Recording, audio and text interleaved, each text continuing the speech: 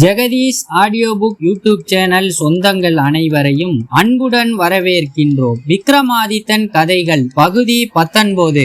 இவ்விதம் 10 நாட்கள் கழிந்ததும் நிலைமை எப்படி இருக்கிறது என்பதை அறிந்து வர கிழவியை மறுபடியும் பத்மாவதியிடம் இருவரும் அனுப்பி வைத்தனர். அவ்விருவரும் அளித்த உபசரிப்பில் அவள் மயங்கி போய்விட்டாள். ஆகவே மறுத்து கூறாமல் அவள் பத்மாவதியின் மாளிகைக்கு போய் திரும்பினாள். நான் இன்றைக்கு அங்கே போய் எதுவுமே பேசாமல் மௌனமாக இருந்தேன். அவள் என்னை வம்புக்கு இழுத்து உங்களிடம் இருந்து ஏதோ செய்தி கொணர்ந்திருப்பதாக வாதம் செய்தாள். 3 விரல்களை செம்மஞ்சு குழம்பில் நனைத்து அதனால் என் மார்பில் அடித்து அனுப்பிவிட்டாள் என்றாள். கிழவியின் வார்த்தைகளை கேட்ட புத்தி சரீரன், நண்பா, சோகப்பட வேண்டிய அவசியமே இல்லை. இன்னும் 3 இரவுகளுக்கு அங்கே வர முடியாதென்பதை உணர்த்தி இருக்கிறாள் என்று தைரியம் கூறினான். அதே போல 3 நாட்கள் இருவரும் பொறுத்திருந்து வீட்டு கிழவியை மீண்டும் பத்மாவதியிடம் அனுப்பினர். தன் மாளிகைக்கு வந்த கிழவியை பத்மாவதி வரவேற்று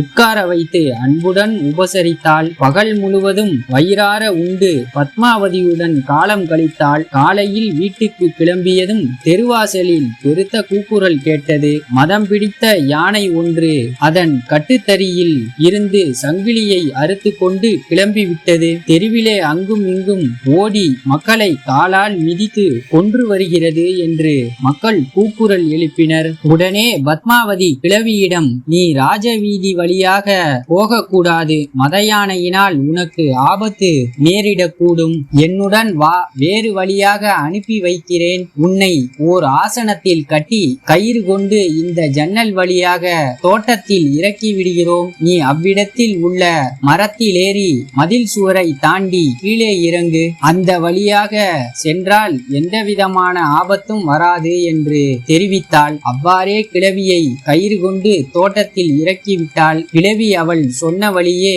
சென்று வீட்டை அடைந்தாள். அவள் என்ன செய்தி கொண்டு வர போகிறாளோ வென்று காத்திருந்த இருவரிடமும் நடந்தவற்றை ஒன்றுவிடாமல் தெரிவித்தாள். நண்பா, உன் ஆசை நிறைவேறியது. நீ எந்த வழியாக சென்று அவளை அடைய வேண்டும் என்பதையும் அவள் தந்திரமாக நமக்கு உணர்த்தி விட்டாள். ஆகவே சூரிய அஸ்தமனம் ஆனதும் அவள் குறிப்பிட்ட வழியாக சென்று அவளை அடைந்துவிடு என்றான் மந்திரி குமாரன். ராஜகுமாரனும் அதே போல இரவு வந்ததும் புறப்பட்டு சுவரை தாண்டி தோட்டத்தை அடைந்தான். அங்கே மாளிகையின் மேல் மாடத்தில் இருந்து கயிறுடன் ஆசனம் ஒன்று தொங்கிக் கொண்டிருந்தது. அவன் வரவை எதிர்பார்த்து தயாராக இருந்தனர் பணிப்பெண்கள். ராஜகுமாரன் ஆசனத்தில் அமர்ந்ததும் அவர்கள் ஆசனத்தை மேலே தூக்கினார்கள்.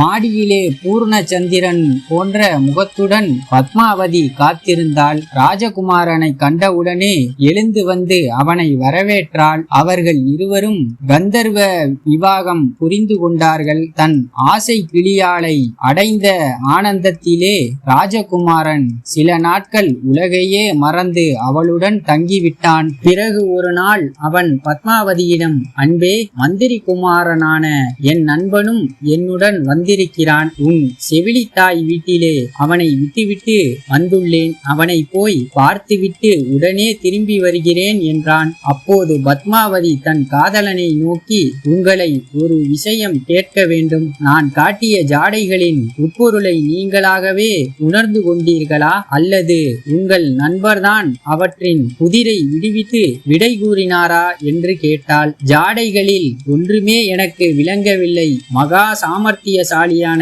என் நண்பன் அவற்றை தன் முன்னறிவால் கண்டு எடுத்துச் சொன்னான் என்று உண்மையை அவளிடம் தெரிவித்து விட்டான் ராஜகுமாரன். அப்படியானால் நீங்கள் இதை என்னிடம் முதலில் சொல்லவில்லையே? அவ்வாறு சொல்லாமல் பெருந்தவறு இழைத்து விட்டீர்கள். அவர் உங்கள் நண்பர் ஆதலால் எனக்கு சகோதரர் ஆவார். மற்றவர்களை விட அவருக்கு நான் முதலில் மரியாதை செலுத்தி உபசரிக்க வேண்டியது அவசியம் என்று தன் காதலனை நோக்கி சொன்னாள் பத்மாவதி. அங்கிருந்து புறப்பட்ட ராஜகுமாரன் தன் நண்பனை அடைந்தான். இருவரும் பேசிக் கொண்டிருக்கும் போது ஜாடைகளின் உட்பொருளை அறிந்து சொல்லியது புத்தி சரீரனே என்று பத்மாவதியிடம் தான் சொன்னதை தெரிவித்தான் ராஜகுமாரன். நண்பா, இது முறையல்ல, நல்லதும் இல்லை என்று ராஜகுமாரனை கடிந்து கொண்டான் மந்திரி குமாரன். ராஜகுமாரன். மறுநாள் காலையில் அவர்கள் இருவரும் அமர்ந்து பேசிக் கொண்டிருக்கையில் பத்மாவதியின் வேலைக்காரி கையில் பச்சனம்,